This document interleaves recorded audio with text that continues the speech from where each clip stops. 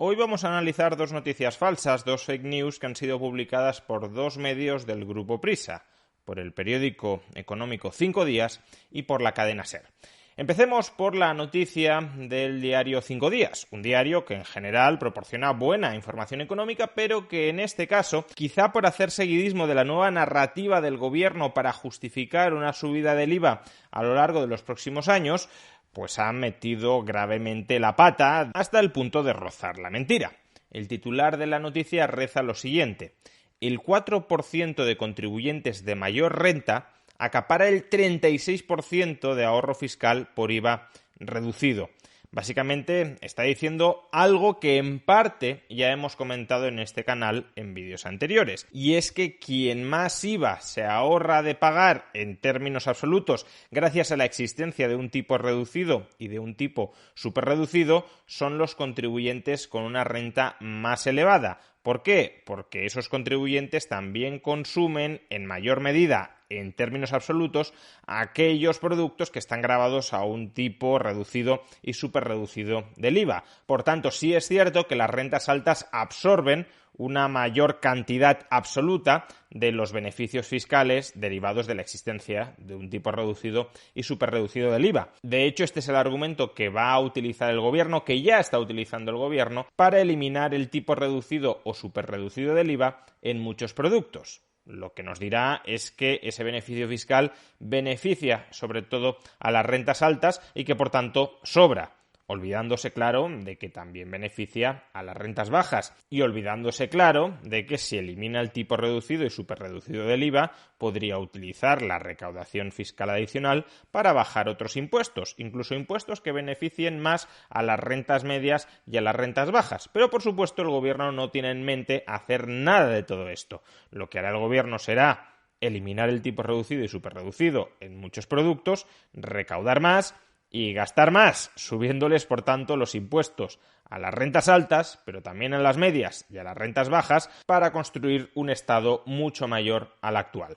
Pues bien, como vemos, el titular de la noticia de 5 días se alinea con esta estrategia del gobierno. El tipo reducido y superreducido del IVA beneficia de manera exagerada a las rentas más altas. El 4% de los contribuyentes se queda con el 36% de esos beneficios fiscales. Es decir, que un porcentaje muy pequeñito de la población de contribuyentes se queda con más de un tercio de todos los beneficios, de todo el ahorro fiscal derivado de la existencia de un tipo reducido del IVA.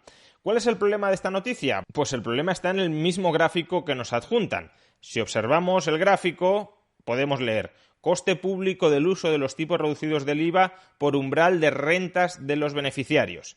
Y la primera columna es decil de renta en 2016. Y vemos como los dos deciles más altos de esta tabla, el noveno decil, con una renta media de 56.589 euros, y el décimo decil, con una renta media de 112.961 euros, esos dos deciles concentran el 36% del ahorro derivado de la existencia de un IVA reducido. En concreto, el decil noveno obtiene un ahorro fiscal de 2.698 millones de euros y el decil décimo obtiene un ahorro de 3.697 millones de euros. Y dado que el ahorro total que obtienen el conjunto de contribuyentes como consecuencia de la existencia de un IVA reducido es de 17.786 millones de euros, estos dos deciles de renta obtienen el 36% de todos los beneficios fiscales.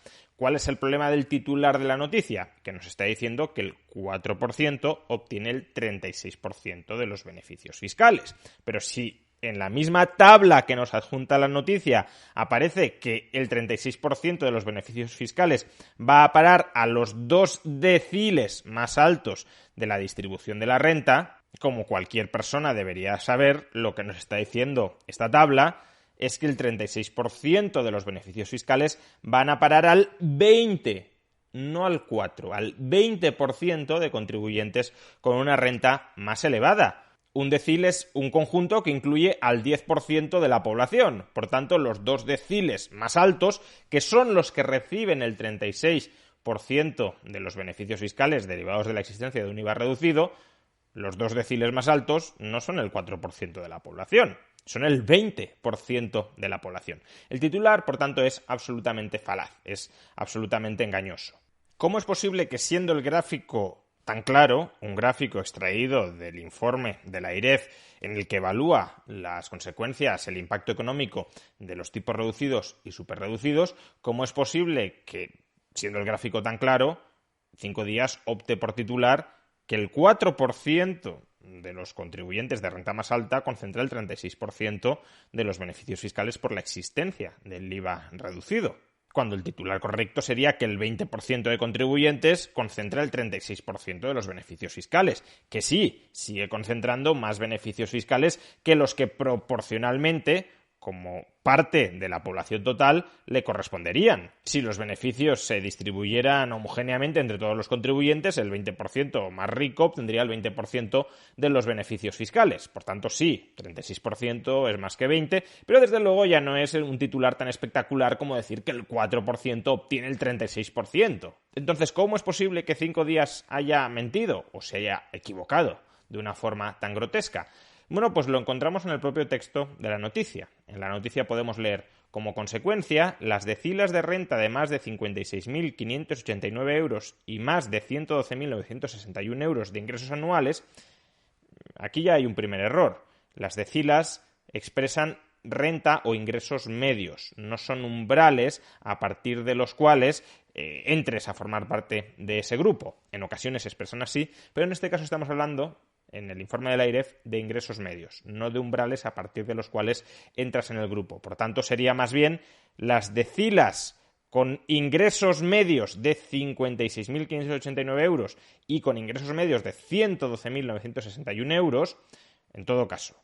Esas decilas disfrutan de un IVA reducido por el que el Estado pierde unos 6.400 millones de euros anuales, el 36% de todo el coste de estos tipos bajos, siempre según cifras de 2016, y según los datos de la agencia tributaria, en ese nivel de rentas apenas hay 90.000 contribuyentes en toda España, el 4% del total.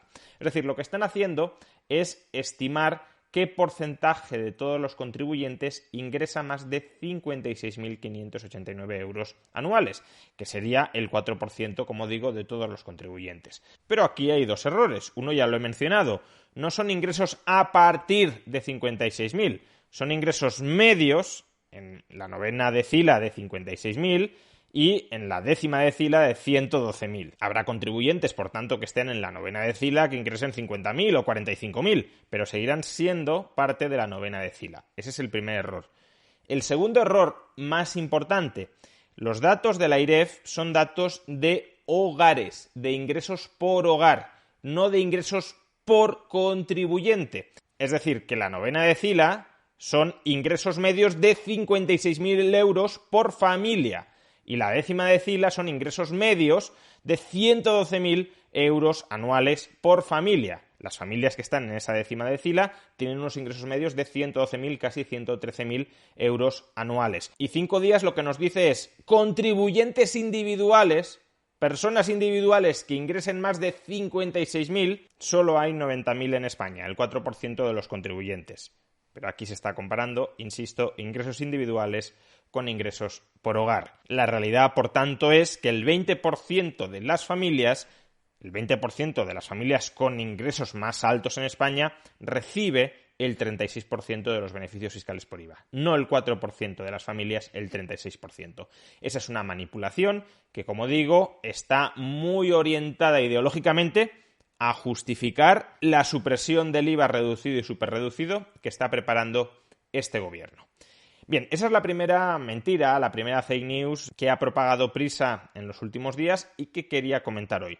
La segunda es una noticia que aparece en la cadena SER. Leamos el titular. Cada estadounidense ingresado en el hospital por COVID-19 pagará de media más de $23.000. Vamos, que la sanidad privada y liberalizada de Estados Unidos es malísima. Va a costar a cada persona que haya pasado por el hospital como consecuencia del COVID, le va a costar a cada una de esas personas una media de $23.000. Rápidamente, esta noticia ya ha sido retuiteada, ya ha sido amplificada en redes sociales por personas cercanas a la izquierda diciendo que qué maravillosa es la sanidad pública, menos mal que tenemos en España sanidad pública, qué mala es Ayuso por querer copiar el modelo sanitario estadounidense. No sé muy bien cuándo ha dicho que lo quería copiar, pero en cualquier caso, ese es el tipo de mensajes amplificados que se han ido produciendo en las redes sociales a raíz de una noticia que, como ahora veremos, es falsa. ¿Y por qué es falsa? Bueno, si vamos al propio texto de la noticia de la cadena SER, nos encontraremos con que el primer párrafo dice lo siguiente: la ausencia de una cobertura sanitaria completa en Estados Unidos provoca que los gastos hospitalarios ocasionados por la pandemia de coronavirus corran a cargo de los pacientes que ingresan en los hospitales por COVID-19.